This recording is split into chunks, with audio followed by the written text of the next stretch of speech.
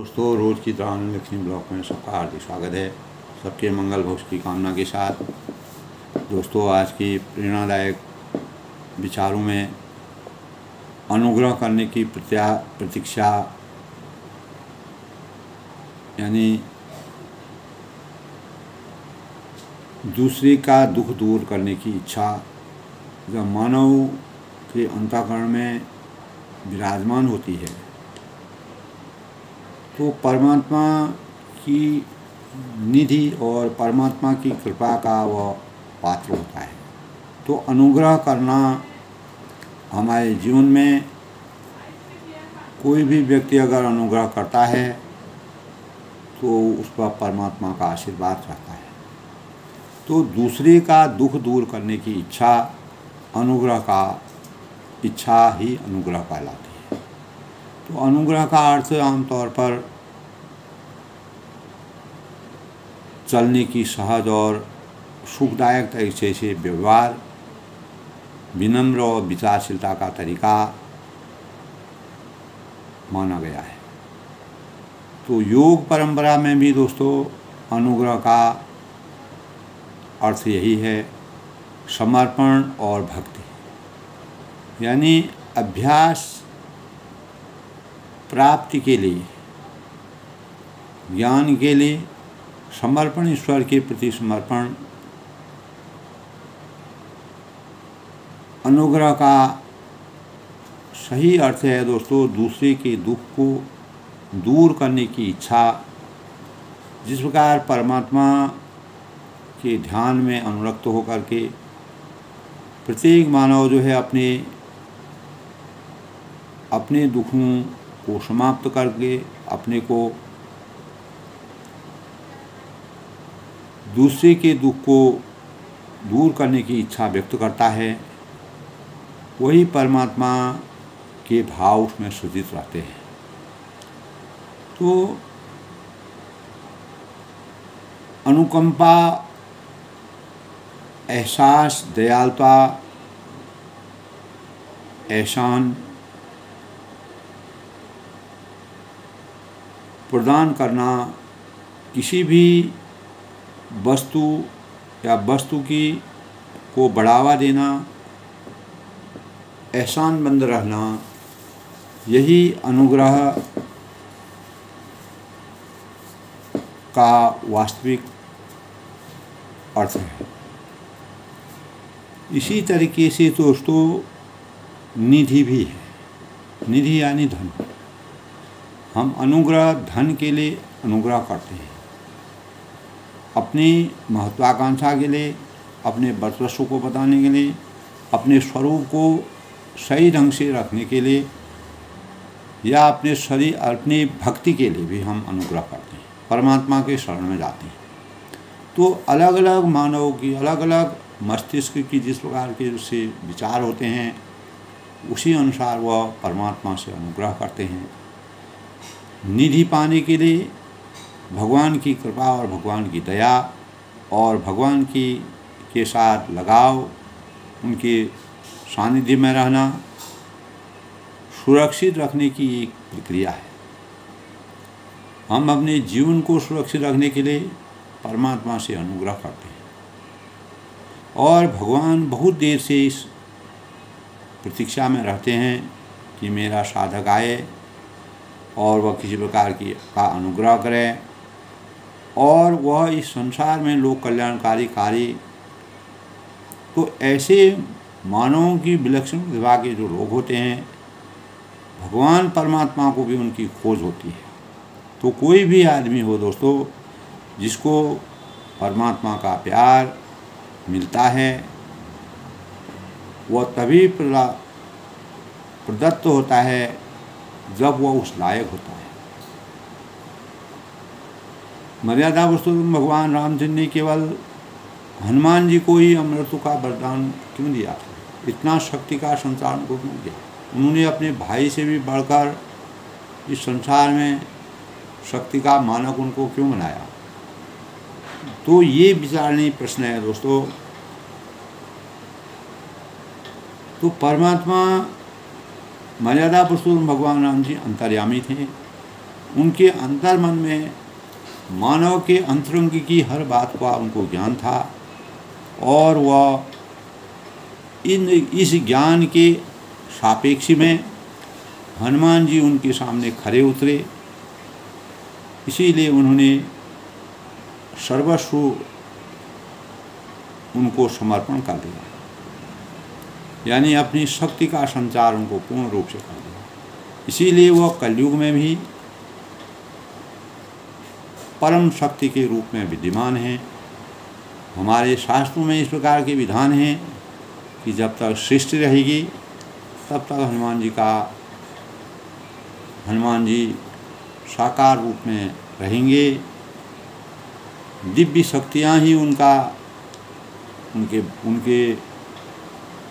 शौर्य को उनके शरण में सानिध्य प्राप्त कर सकते हैं। तो दोस्तों, कोई भी आदमी हो, कोई भी मानव हो, कोई भी प्राणी हो, परमात्मा अगर उसकी सहायता करना चाहें, परमात्मा उसको अपने शरण में लाना चाहते हैं, तो वह उनको खुद ही वह उस रास्ते में उस गंतव्य स्थान पर स्वयं ही पहुंच जाता है, क्योंकि परमात्मा उनको बुलावा करते हैं। तो भगवान ने यही भरोसा पूरे संसार में जो सृष्टि की रचना हुई, उन्होंने बहुत प्रकार की सहायता, रावण की भी सहायता शिव जी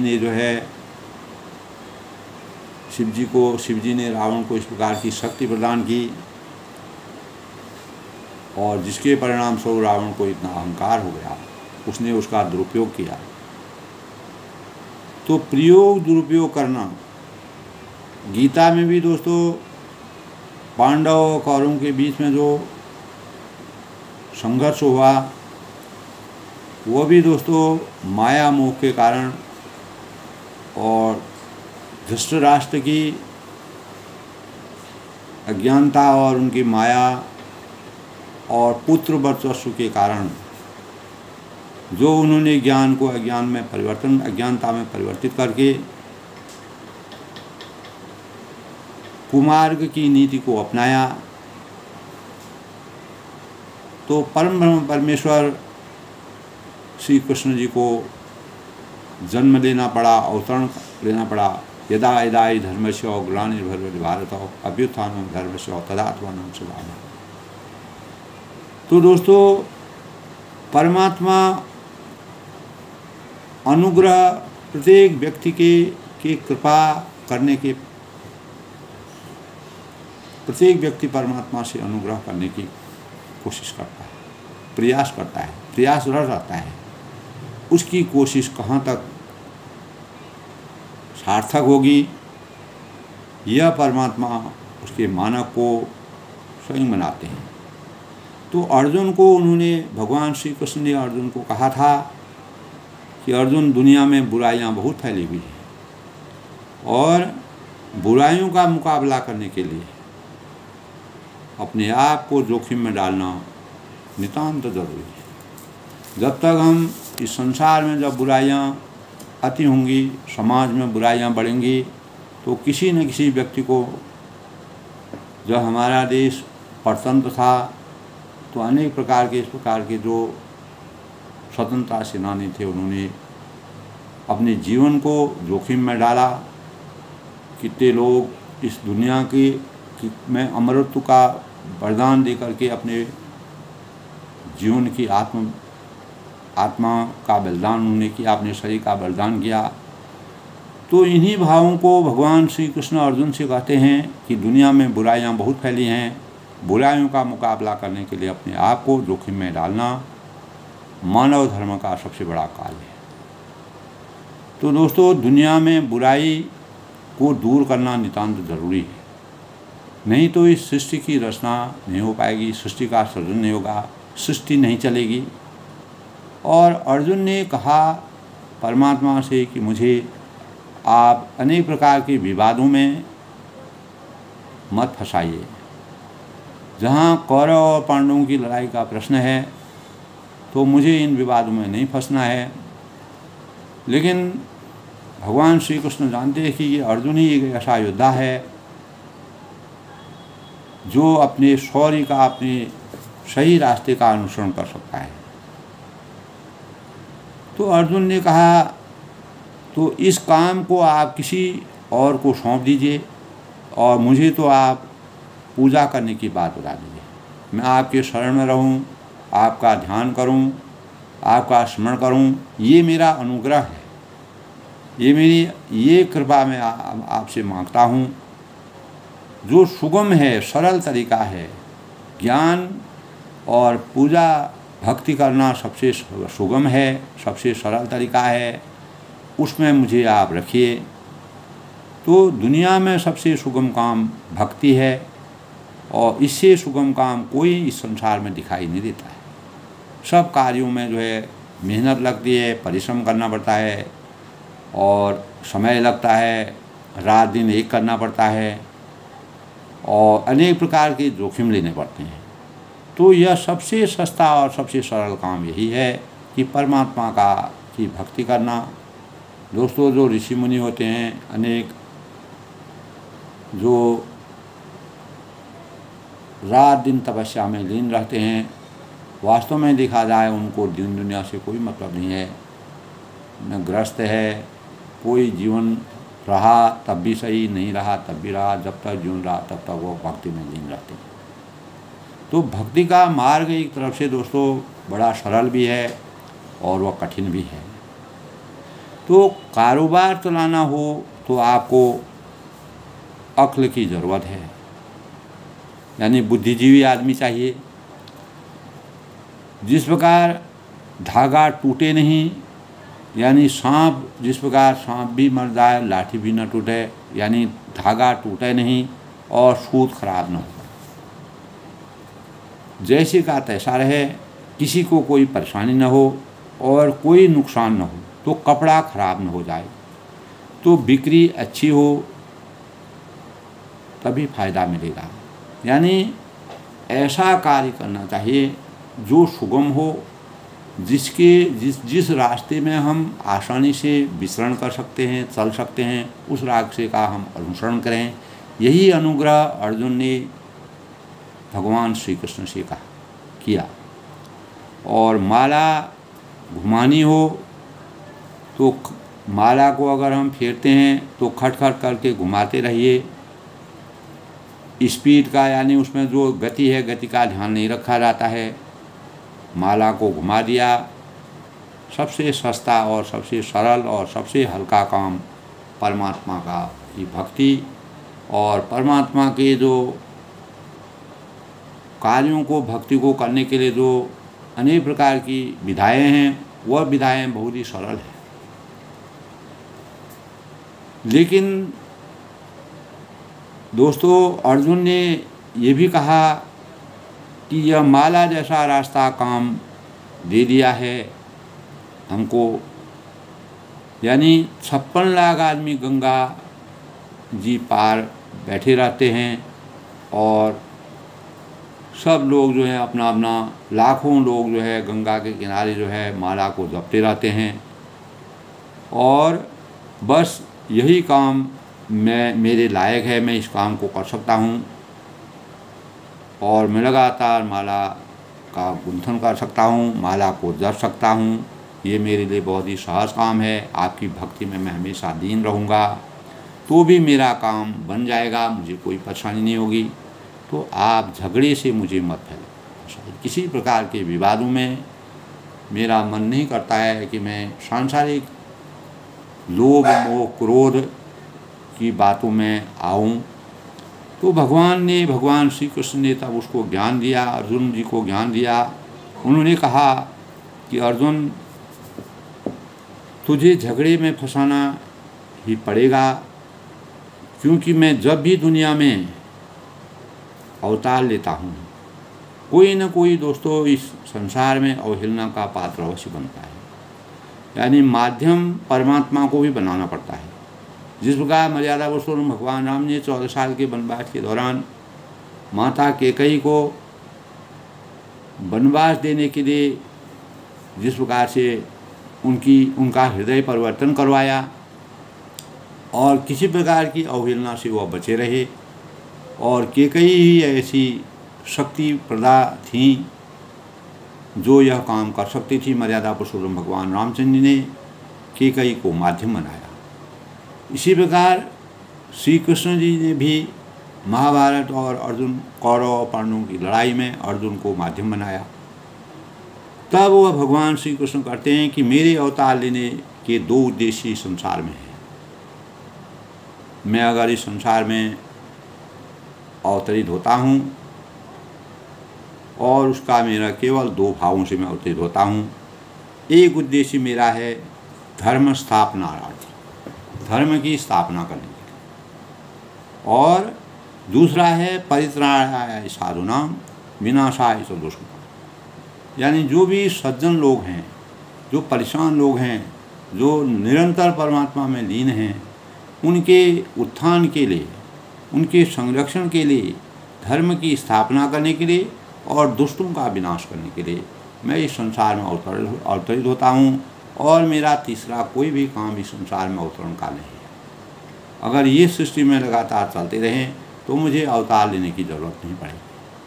तो ऐसे क्रम को क्रमबद्ध रूप से करने के लिए तुम्हें जो है यह कार्य करना पड़ेगा, क्योंकि तुम ही एक अच्छे माध्यम हो। अपना विकल्प चुनते हुए भगवान श्री कृष्ण ने अर्जुन को अपना विकल्प चुना। तो मैं कभी भी कहीं भी आऊँगा तो उन दो कामों के लिए स्वयं आऊँगा। उसके लिए मैं स्वयं मेरा अवतरण होगा, और कोई भी दूसरा मेरा कोई मकसद, कोई उद्देश्य कुछ भी नहीं है। अगर मैं मनुष्य के भीतर कभी जाऊँगा तो उन्हें दो कामों के लिए, केवल इन दो कामों के लिए मैं इस संसार में आऊँगा। तीसरा कोई मकसद मेरे जीवन का नहीं होगा, मेरा कोई तीसरा उद्देश्य नहीं होगा। मेरे आने का जब मैं आऊँगा तो सभी को इस काम में मैं प्रयास लगाऊँगा। इस काम के लिए सबको मैं प्रेरित करूँगा, सबको प्रेरणा दूँगा, और सब एक दूसरे के भावों से अगर जब तुम इसके माध्यम बनोगे तब तुम्हारे द्वारा इसकी भावना सभी मानव मात्र में जाएगी। तो धर्म की स्थापना करने के लिए जो व्यक्ति अपने स्वार्थ को भुला दे, इस संसार में अगर हमको धर्म की स्थापना करनी है, सही ढंग से मानव कल्याण करना है, तो निस्वार्थ रूप से अपने जीवन को अवतरित करके और अनेक प्रकार के हमको ऐसे भावों को सृजित करना पड़ेगा। तो अपनी सारी शक्ति को खर्च कर डालें। वह आदमी, अगर हम अपनी शक्ति को पूरा खर्च करते हैं तो हमको एक प्रकार का रिस्क लेना पड़ेगा। तो अगर हम स्वार्थ को भुला दें और अपनी सारी शक्ति को समाप्त कर डालें तो वह आदमी पाप, अन्याय, बुराइयों को दूर करने के लिए अपनी शक्तियाँ खराब कर डाले। तो ये नीति संगत नहीं है, ऐसा तुम्हें भी करना चाहिए। तो कोई न कोई आदमी इस संसार में जोखिम लेने के लिए किसी न किसी को जोखिम लेना ही पड़ेगा। अगर धर्म का अधर्म बढ़ रहा है, धर्म की नीति और यानी धर्म स्थापना के लिए और परित्राणाय साधूनां विनाशाय च दुष्कृतां, और दुष्टों का विनाश करने के लिए। तो दोस्तों, वह आदमी पाप, अन्याय, बुराइयों को दूर करने के लिए अपनी शक्तियाँ खर्च कर डाले। अगर ये इन चीज़ों को करने के लिए अगर वह हमें कोई भी प्रकार का भी जोखिम लेना पड़ता है तो वह सही मानवीयता है। तो ऐसा तुम्हें करना चाहिए। ऐसे भावों को तुमको मेरे आदेश के अनुसार, यही तुम्हारी सबसे बड़ी भक्ति होगी। इसी से तुम्हारा भक्ति भाव आगे बढ़ेगा। और दोस्तों, इसीलिए अर्जुन ने भगवान की बात को मंजूर करना पड़ा। जब परमात्मा ने इस प्रकार की बातें की तो अज्ञान जो अर्जुन का जो ज्ञान था वह ज्ञान खुला, मानव और उनके अंतःकरण में चेतना का उदय हुआ। तब भगवान श्री कृष्ण ने उनसे कहा कि अपना गांडीव उठाओ और तीर चलाओ, बाकी सब काम मैं देख लूँगा, तुम्हें किसी प्रकार का कोई कार्य नहीं करना। तुम केवल माध्यम बनोगे और सारा कार्य मैं करूँगा। जिस प्रकार दुशासन ने जब द्रौपदी का चीरहरण हो रहा था तो सारी बीच नारी है कि नारी बीच सारी है, सारी की वह नारी है कि नारी की वह सारी है। यानी इस प्रकार से सारी को खींचते खींचते दुशासन थक गया, वह पसीने से लथपथ हो गया, लेकिन सारी और नारी के बीच का अंतर कोई नहीं समझ पाया। तब भगवान श्री कृष्ण ने वहाँ पर अवतरित होकर के मर्यादा की रचना के लिए, नारी की लाज को बचाने के लिए स्वयं अवतरित होकर के मर्यादा की रचना की और धर्म की स्थापना का एक प्रमाण हमारे सामने अंकित किया। यही हमको महाभारत और भगवान श्री कृष्ण से प्रेरणा प्राप्त होती है। तो दोस्तों, तो सारे कार्य मैं कर लूँगा, तुमको किसी प्रकार के कार्य करने की आवश्यकता नहीं है। अर्जुन ने कहा कि मैं बहुत थक गया, तब अगर मैं बहुत इस कार्य को करते करते अगर मैं थक जाऊँगा तब मैं क्या करूँगा। श्री कृष्ण भगवान ने कहा कि मैं तुझे थकने ही दूँगा। अब उन्होंने कहा कि मैं तेरे जो सारथी है, जो घोड़े हैं, जो भी चीज़ तुम चलाओगे उसको मैं चलाऊँगा। भगवान आगे आगे रथ चलाते रहे, वो सारथी बन गए और अर्जुन गांडीव तीर लेकर के चलाता रहा। तो गांडी चलाने वाले अर्जुन, जो कि भगवान का काम करने के लिए कटिबद्ध हुए, समर्थवान हुए, बलवान हुए, परमात्मा की शक्ति उनको प्राप्त हुई, तो भगवान की सहायता करने के अधिकारी हुए। तो यह तो पुराने ज़माने की बात है दोस्तों, हजारों साल व्यतीत हो गए। आज के जीवन में दोस्तों हमें देश की सुरक्षा के लिए, मानव जीवन की रक्षा के लिए, अन्याय और धर्म से बचने के लिए और अनुग्रह, परमात्मा से अनुग्रह करने के लिए, सच्चे भावों से मानवता को जगाने के लिए, समर्पित भाव से, निस्वार्थ भाव से, निष्काम भाव से अपने कार्यों को चरितार्थ करते हुए मानव चेतना को जगाने का प्रयास करना चाहिए। तभी इस संसार में हमारे अस्तित्व की रचना होगी और जो हमारा जो भविष्य है, जो हमारे होने वाले कर्णधार हैं, वह इस देश को, इस सृष्टि को, इस मानव जीवन को हमेशा के लिए आगे को सृष्टि को हमेशा के लिए सृजित करने के लिए भाव अपने अंतःकरण में भाव बनाएंगे और कोई न कोई को, किसी न किसी व्यक्ति को परमात्मा के अनुग्रह के अनुसार जोखिम लेने की आवश्यकता नितांत ज़रूरी है। सत्कार्यों के लिए अगर हमको जोखिम लेना पड़ता है तो वो हमारे लिए बहुत बड़ा प्रेरणा का स्रोत बनता है। यही परमात्मा की सबसे बड़ी प्रेरणा है। आज के आनंद लेखनी ब्लॉग के माध्यम में सबके मंगल भोज की कामना के साथ मैं कल किसी दूसरे विचार से प्रस्तुत होऊंगा।